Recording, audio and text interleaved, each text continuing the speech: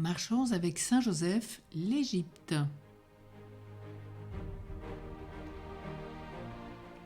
Dans un réduit bien pauvre et bien ignoré de la petite ville où la Sainte Famille s'est réfugiée, Joseph travaille manuellement.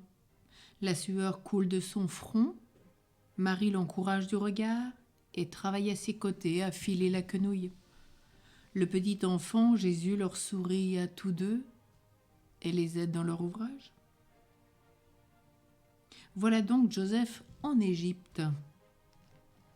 Il y passe 7 années, 7 longues années de souffrance, de privation, d'épreuves, 7 années d'exil. Oh, que ne dut pas souffrir ce cœur si tendre, ces âmes si pures, ce juste au milieu des Égyptiens. C'était un peuple idolâtre, et Joseph savait que le vrai Dieu habitait corporellement en Égypte.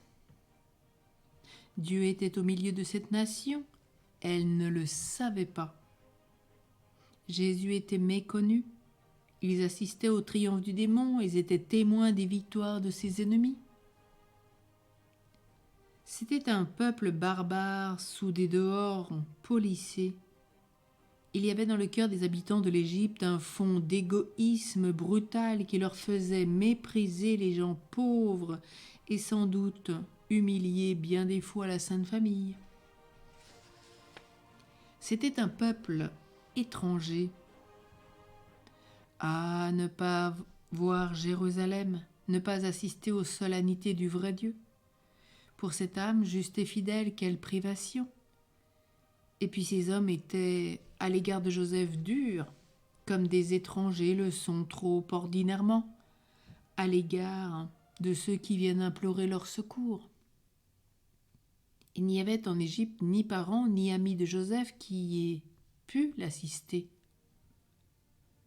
Aussi saint Bernard de Clairvaux nous apprend-il que pour pouvoir nourrir sa pauvre épouse et ce divin enfant, qui fournit leur nourriture à tous les hommes et à tous les animaux vivant sur la terre, le saint patriarche était forcé d'aller travailler nuit et jour, sans cesse ni relâche. La fatigue épuisait ses forces, mais il se réjouissait à la pensée qu'il lui était permis de se fatiguer pour son Dieu, de s'épuiser pour nourrir Jésus.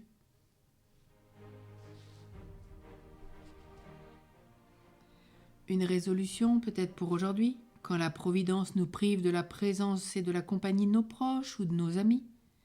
Nous consoler en unissant ce sacrifice à ce que fit saint Joseph pendant son séjour en Égypte.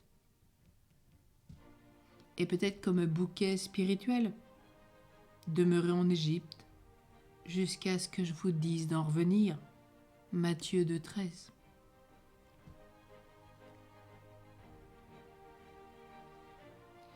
L'exemple de ce jour, vision miraculeuse, est extrait du Moine Marie. La bienheureuse Véronique de Binasco, de l'ordre de Saint-Augustin, eut une vision miraculeuse dans laquelle il lui semblait accompagner la Sainte Famille dans le voyage d'Égypte jusqu'à la fin. Et Marie lui dit alors : « Ma fille, tu as vu les peines, les souffrances qu'il a fallu supporter pour arriver jusqu'au terme de notre voyage. Sache bien que les grâces du ciel ne s'obtiennent qu'à semblable prix. »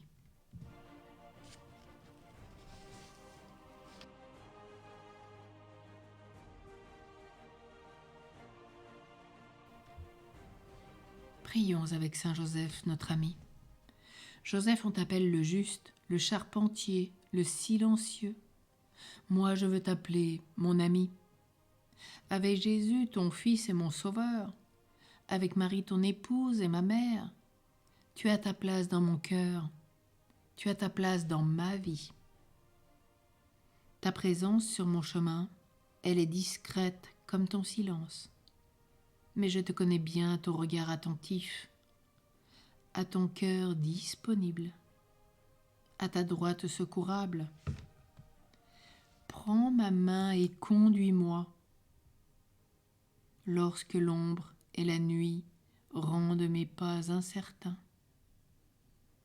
Toi qui as cherché le Seigneur, qui l'as trouvé, dis-moi où il est. Dis-moi où il est. quand l'épreuve et la souffrance sont le pain quotidien?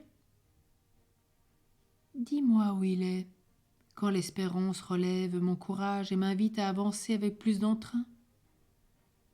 Dis-moi où il est, quand on vient près de moi chercher réconfort, amitié et joie.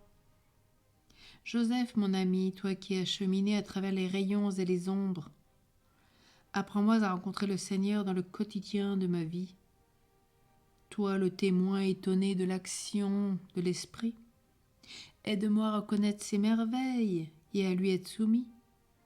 Toi, le grand attentif à tous les besoins des tiens, garde bien ouvert mon cœur et ma main. Amen.